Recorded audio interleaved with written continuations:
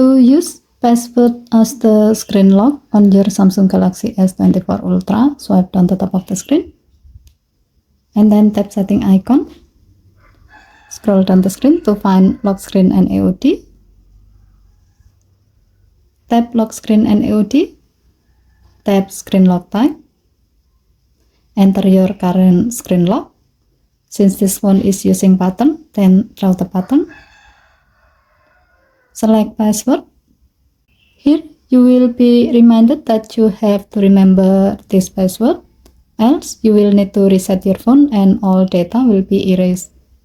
Also, you are asked to create a password that contain at least 4 characters, including at least 1 letter for a better security.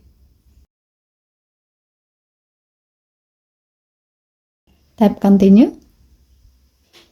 Retype your password to confirm it. Tap OK button.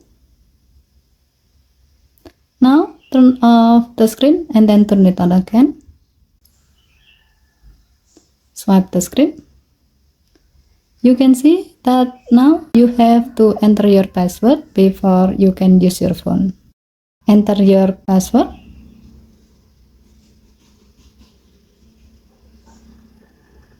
And then tap Done key on the keyboard.